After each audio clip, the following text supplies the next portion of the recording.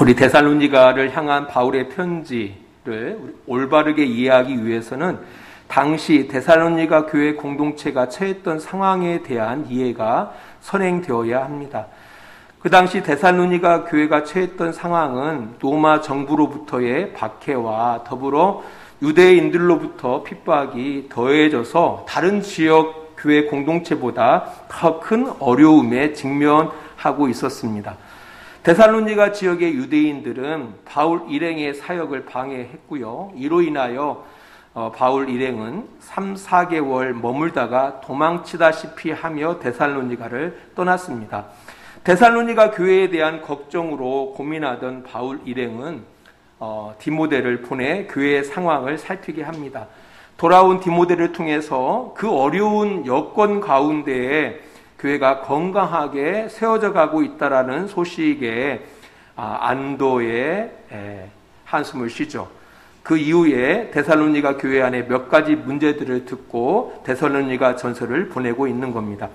당시 데살로니가 교회 공동체가 고민했던 문제는 주의 재림을 보지 못하고 죽은 이들은 어떻게 될 것인가에 대한 종말의 문제와 이 땅의 성도들이 어떻게 하나님의 뜻 가운데 살 것인가에 대한 문제였습니다. 사실 이 문제와 고민은 우리들의 문제와 고민이기도 합니다. 지금은 그 당시보다 주님의 재림이 더 가까이 와 있습니다. 또 뿐 아니라 그때나 지금이나 성도들의 공통의 관심사는 이 땅에서 교회와 성도들이 어떻게 하면은 하나님의 뜻대로 살 것인가, 이것이 우리의 고민이요 문제라는 겁니다. 지금 전 세계가 코로나19로 인해서 말할 수 없는 고통 가운데 있습니다. 한 예로 지금 미국에서는요 6분에 한 명씩 죽어가고 있습니다. 우리가 예배를 한 50분 드리는데 50분 정도면은 68에 48, 8명 정도가 죽어가는 겁니다. 심각한 상황이거든요. 백신을 맞고 있음에도 불구하고 그렇다라는 겁니다. 제가 어젠가 제 아내가 카나다에 있는 교회 집사님하고 통화를 하는 걸 들었는데요. 거기는 저녁 10시요? 8시? 8시? 네, 저녁 8시가 되어지면 사람들이 나가지를 못한대. 나가면 다 체포래요. 잡아가 버린대요. 하루에도 엄청난 많은 확진자들이 나올 뿐만 아니라 8시 이후에 사람들이 돌아다닐 수가 없다라는 겁니다. 나오는 순간 경찰이 잡아가요. 이런 상황 가운데 있다라는 겁니다. 이제 그럼에도 불구하고 한국은 참 감사한 것은 3차 그 팬데믹이 조심스럽게 잡아져 가고 있다라는 겁니다. 서구에서는 이 한국의 모습을 바라보면서 이해를 못한대요. 한국이 민주주의가 맞나? 할 정도로까지 이해를 못한대요. 그렇게 통제하는 모습을 바라보면서 공산주의나 그렇게 통제가 되지 어떻게 민주국가에서 저게 통제가 될 수 있을까라고 의아하게 생각한다라는 겁니다. 그만큼 우리 한국 국민들 모두가 이 어려움을 극복하기 위해서 손해와 희생을 감수하고 있다라는 겁니다. 그러니까 교회 힘들다고 말하지 못해요. 성도들이 너무 힘겨운 가운데 그 시기를 지나가고 있기 때문에 교회도 힘들겠지만 힘들다고 말하기가 부끄럽다라는 겁니다. 근데 이때에 그럼에도 불구하고 심심하면 터지는 그 교회발 코로나19 이 확산 소식을 들으면서 정말 당황합니다. 지구명이라도 있으면 도망가고 싶은 그런 마음들이 생긴다라는 겁니다. 여러분 알다시피 1차 팬데믹은 뭡니까? 신천지발 아닙니까? 2차 팬데믹은 정강훈 목사의 사랑제일교회. 그다음에 지금 3차 팬데믹의 중심에 BTJ가 있어요. 다 기독교와 연관되어 있다라는 겁니다. 지난주에 부산의 대형교회 두 곳이 부산지법에 신종 코로나 바이러스 감염증 방역을 위해 교회 폐쇄 명령을 내린 지자체를 상대로 집행정지 가처분 신청을 했었어요. 결국 기각됐습니다. 그 기각한 재판부에서는 이렇게 기각 사유를 밝혔습니다. 제가 읽어드릴게요. 대면 예배를 금지한 것은 내면의 신앙의 자유와는 무관하고 예배 자체를 금지하는 것이 아니라 예배의 장소와 방식만을 제한한 것이며 종교 자유의 본질적 본질적 부분을 침해한 것이라고 보기 어렵다. 또한 지금은 코로나19의 심각한 전국적 대유행, 지역적 확산이라는 엄중한 상황과 재확산 여부 기로에 있는 중차대한 시점이라며 신청인들의 주장과 같은 여러 사정을 감안하더라도 집행정지 신청을 받아들이기는 어렵다라고 덧붙였습니다. 이 기각 사유를 들으면서 정말 창피했어요. 너무 예배에 대해서 잘 알고 있는 거야, 이 판사가. 예배의 어떤 자유를 침해하고 있는 것이 아니다라는 거죠. 맞아요. 최근 일본의 코로나 상황을 보면은요, 하루 확진자가 5,000명, 하루에 70명씩 죽어가고 있어요. 일본이요. 이제 그런 상황 가운데 일본이 더 이상은 안 될 것 같으니까 1월 8일 날 도쿄와 수도권의 비상상태를 갖다가 사태를 선포했습니다. 그리고 1월 11일 날 일본의 가장 큰 행사가 있는데요. 성년식, 만 20세가 되어지는 아이들에게 성년식 행사가 있었어요.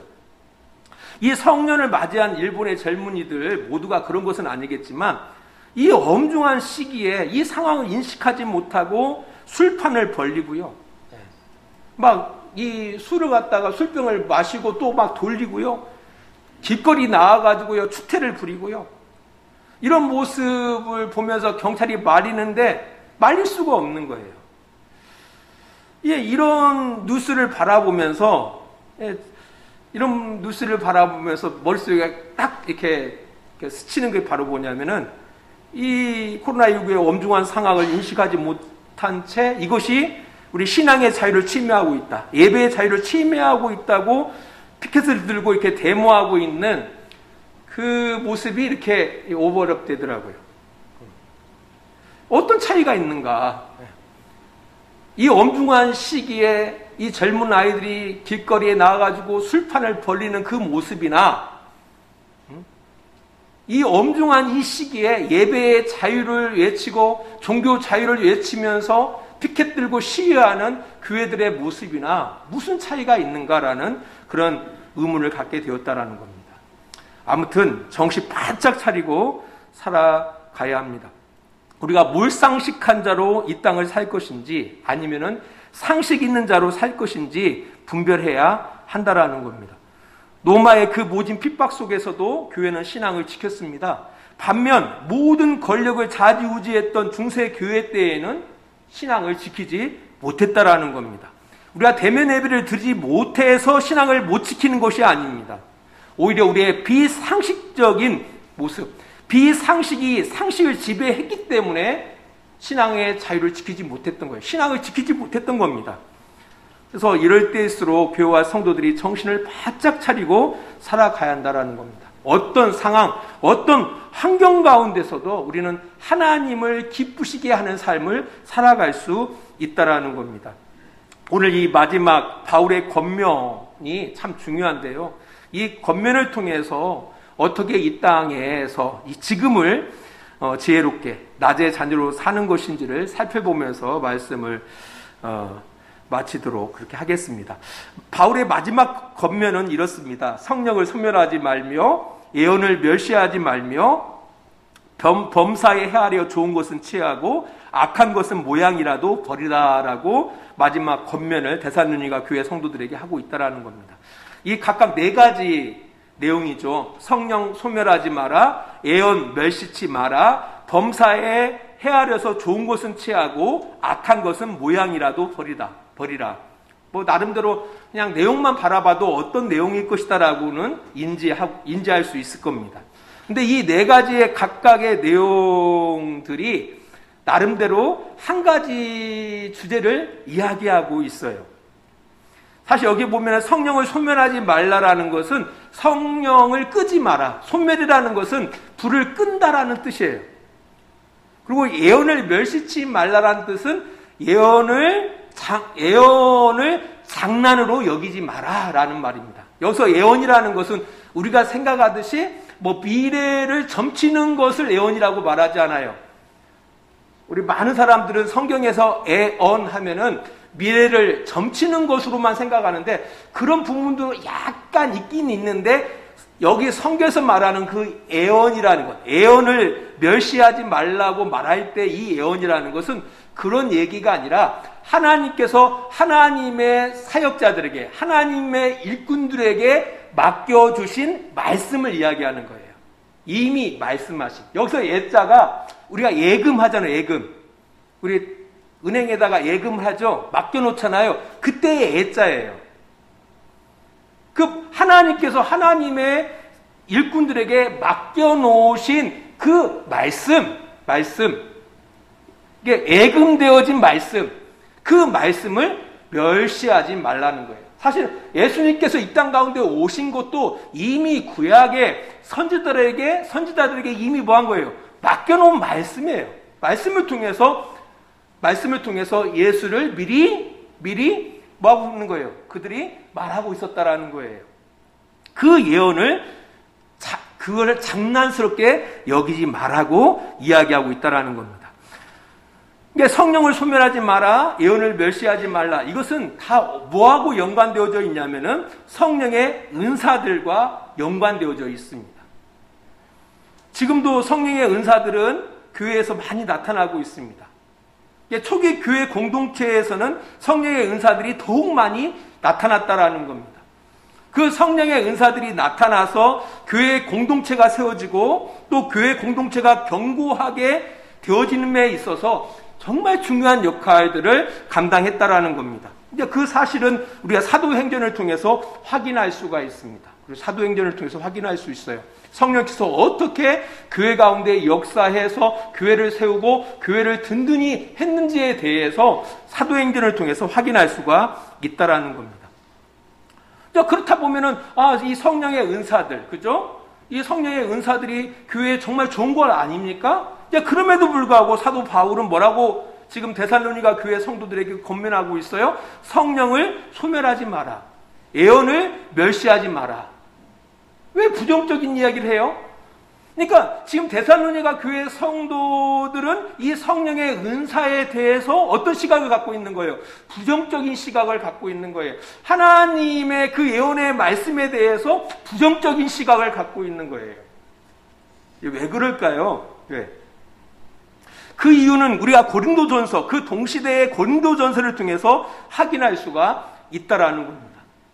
우리가 고린도전서 12장부터 14장까지 성령의 은사에 대한 이야기를 기록하고 있습니다. 그죠? 성령의 은사에 대한 이야기를 기록하고 있다라는 겁니다.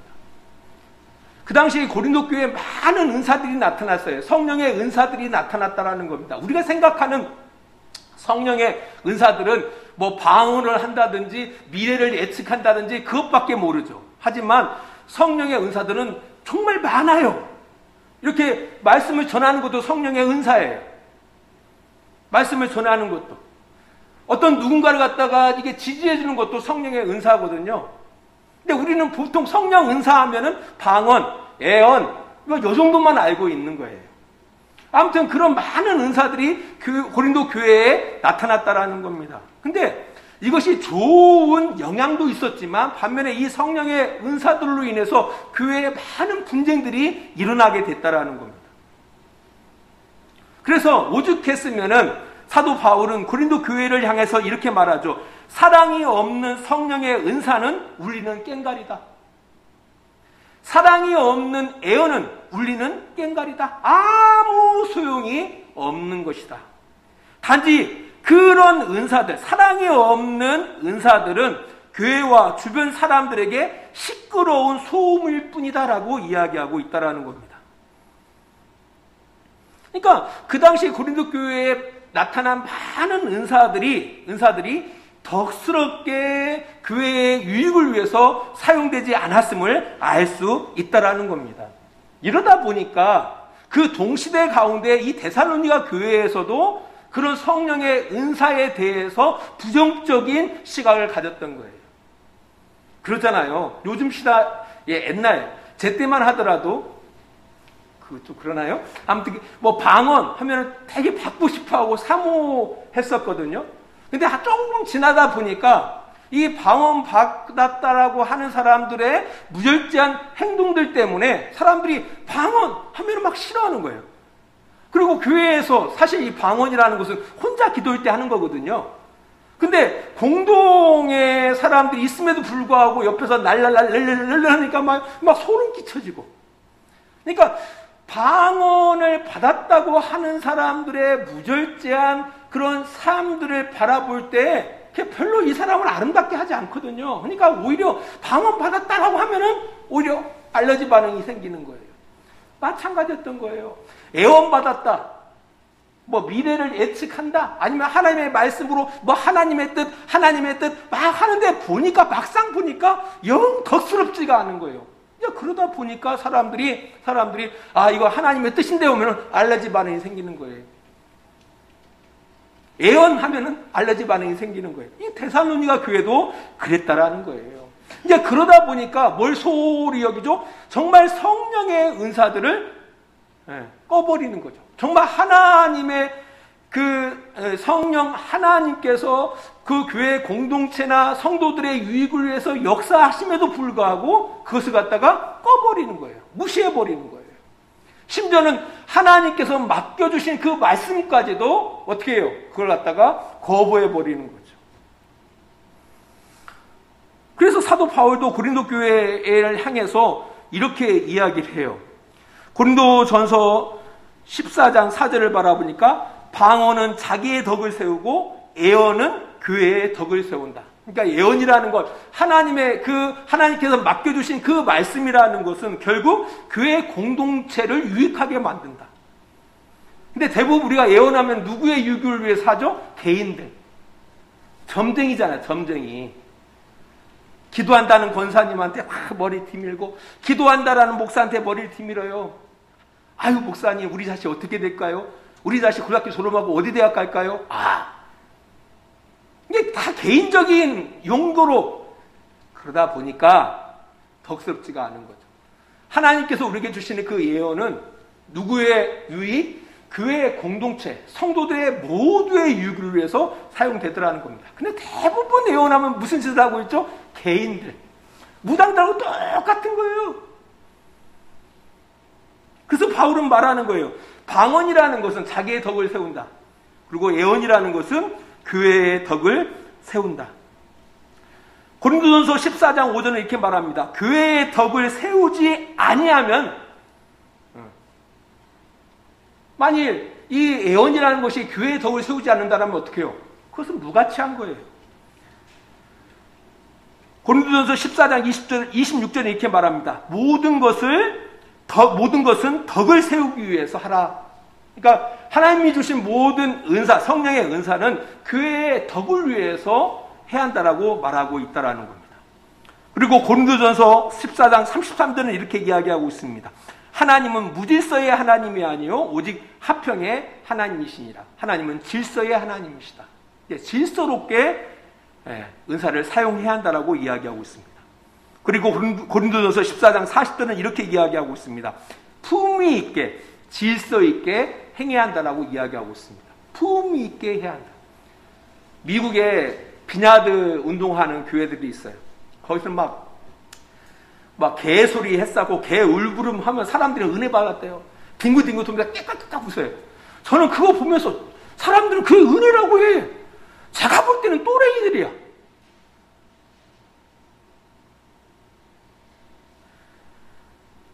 이 엄중한 시기에 마스크 벗고 통성기도 하고 싶어요? 그게 제정신이에요? 군산에서 있었던 일이야. 아니, 믿는다고 해서 바이러스가 우리만 피해갈까요? 비가 우리만 피해가요? 정말 이해가 안 가요. 그러니까 품위 있게 해라. 질서 있게 해라. 누가 바라봐도 아이고 점잖하다. 정말 예수 믿는 사람들, 하나님 믿는 사람들은 역시 점잖해. 품위가 있어. 젠틀해. 이렇게 하라는 얘기예요.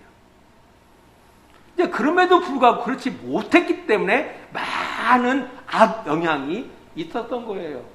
그래서 데살로니가 교회 성도들도 이 성령의 은사들, 특별히 애언으로 대표되어지는 이 은사들에 대해서 좀 불신이 있었던 거예요. 그러나 사도 바울은 말하는 거예요. 뭐라고? 소멸하지 마라. 성령의 은사들. 예언을 멸시하지 마라. 장난스럽게 여기지 마라. 고린도전서 12장 31절에서도 바울은 이렇게 말합니다. 비록 이 성령의 은사들을 잘못 사용해서 문제가 있긴 있지만 너희는 더욱 큰 은사를 사모하라. 고린도전서 14장 39절에서는 이렇게 말합니다. 내 형제들아 예언하기를 사모하며 방언 말하기를 금하지 말라라고 말하고 있다라는 겁니다. 이런 연장성상 가운데에서 바울은 데살로니가 교회 성도들을 향해서 말하는 겁니다. 성령을 소멸하지 마십시오. 예언을 멸시하지 마십시오라고 권면하고 있다라는 겁니다. 왜냐? 이 성령의 은사들은 교회를 세움에, 교회를 든든히 세워나감에 중요하기 때문에. 왜? 교회의 유익을 위해서 성령 하나님께서 우리에게 주시는 은사들이에요. 성도들을 위해서. 그래서 그것을 소멸하거나 그것을 멸시해서는 안 된다라고 바울은 이야기하고 있다라는 겁니다. 그러니까 질서 있게 성도와 성도 개인의 유익을 위해서 은사들이 사용되어져야 한다라고 말하고 있는 겁니다. 그러면서 마지막 절에 그 이야기를 하시는 거예요. 21절 보니까 범사에 헤아려 좋은 것은 취하고, 범사 모든 것, 솔직히 하나님이 주시는 선물, 은사는 선물이거든요. 그 은사 좋은 것이잖아요. 좋은 것이지만 그럼에도 불구하고 헤아려라, 테스트하라. 여기서 헤아리라는 말은 어떤 의미를 갖고 있냐면은 검증해 봐라. 검증해서 이것이 우리에게 유익하게 한다라면은 그것은 취하고, 검증해 봐서 이것은 우리를 갖다가 불행케하고 불쾌하게 만들고 이런 것들은 뭐 하라는 거예요? 그 모양이라도 버려버리라라고 이야기하고 있는 겁니다. 그러니까 이 네 구절이 각각의 구절같이 보이지만 실제로 바라보면은 성령의 은사에 대한 이야기임을 우리가 알 수가 있는 겁니다. 어떻게 하라고요? 아무리 하나님의 말씀이라 할지라도, 하나님의 뜻이라 할지라도 뭐라고요? 테스트해보라는 거예요. 검증해봐라. 검증해봐서 정말 좋은 것이다 한다라면은 뭐하고? 취하고. 교회 공동체의 유익을 위해서, 성도들의 신앙을 위해서 정말 유익하다 한다라면은 받아들이고, 아무리 하나님의 말씀이요, 하나님의 뜻이라고 주장한다 할지라도 테스트해봐서 아니면 그의 모양이라도 버리라는 겁니다. 모양이라도 버려버리라.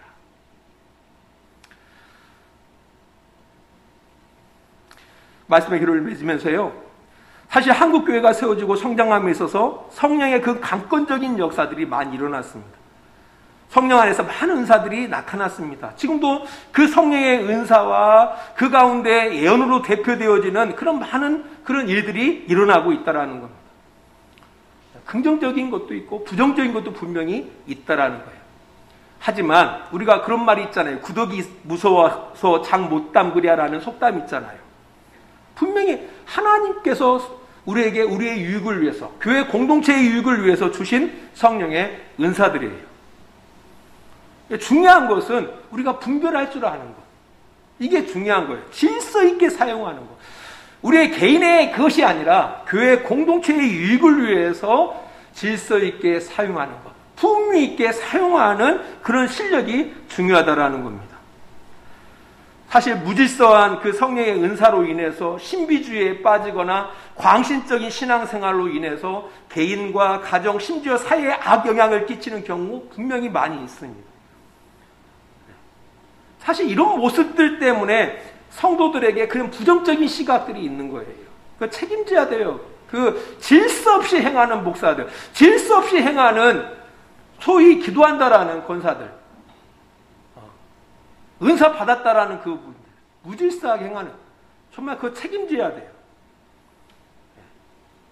그러나 중요한 것은, 분명하게 말씀드린 것은 하나님 우리 안에 성령님을 보내주셨고, 그 성령님은 우리 안에서 여러 가지 은사들을 통해서 우리들을 세워왔고, 또 교회를 교회답게 하시고 있다라는 거예요. 그 중요한 것을 소멸해서는 안 된다라는 거예요. 그 중요한 것을 멸시해서는 안 된다라는 거예요. 그러니까 우리가 고민해야 한다라는 거죠. 그런 실력들을 갖춰야 돼요. 그걸 검증할 수 있는 실력을 갖춰야 한다라는 겁니다. 성령을 소멸하지 마십시오. 예언을 멸시하지 마십시오. 검증해서 좋은 것은 받아들이십시오. 검증해서 아닌 것은 모양이라도 버리십시오. 이 성령의 이 은사들은 이 마지막 때를 살아가는 우리들에게 엄청 중요한 역할을 하고 있는 것은 분명합니다. 사실 저도 그래요, 저도. 제가 그나마 여기까지 오게 되어진 가운데 보면 사실 그런 하나님의 그런 은사들이 저를 이렇게 세우고 여기까지 지탕에 오게 한 것이 분명 사실이거든요. 아무튼 성도가 이 어려운 시기를 지나감에 있어서 그 성령님의 그 역사 중요하다. 그 성령님의 그 역사심 우리가 소중히 여기고 더 큰 은사를 사모함으로 이 어려운 시기를 넉넉하게 지나가게 하신다라는 이 사실을 꼭 기억하시고 우리의 삶 가운데 적용해 나가시는 복된 우리 주양교회 성도님들이 다 되시기를 바랍니다. 기도하겠습니다. 하나님 아버지, 우리가 어려운 이 시기를 살아가고 있습니다. 교회도 어렵습니다. 세상 모든 사람들이 힘들다라고 아우성합니다. 하나님, 그럼에도 불구하고 이 환경을 지혜롭게 빛의 자녀로 살기를 원합니다. 바라기는 하나님이 우리 안에 내주케 하신 성령님의 인도하심을 따라서 이 험난한 길을 건강하게 지혜롭게 살아가게 하옵소서.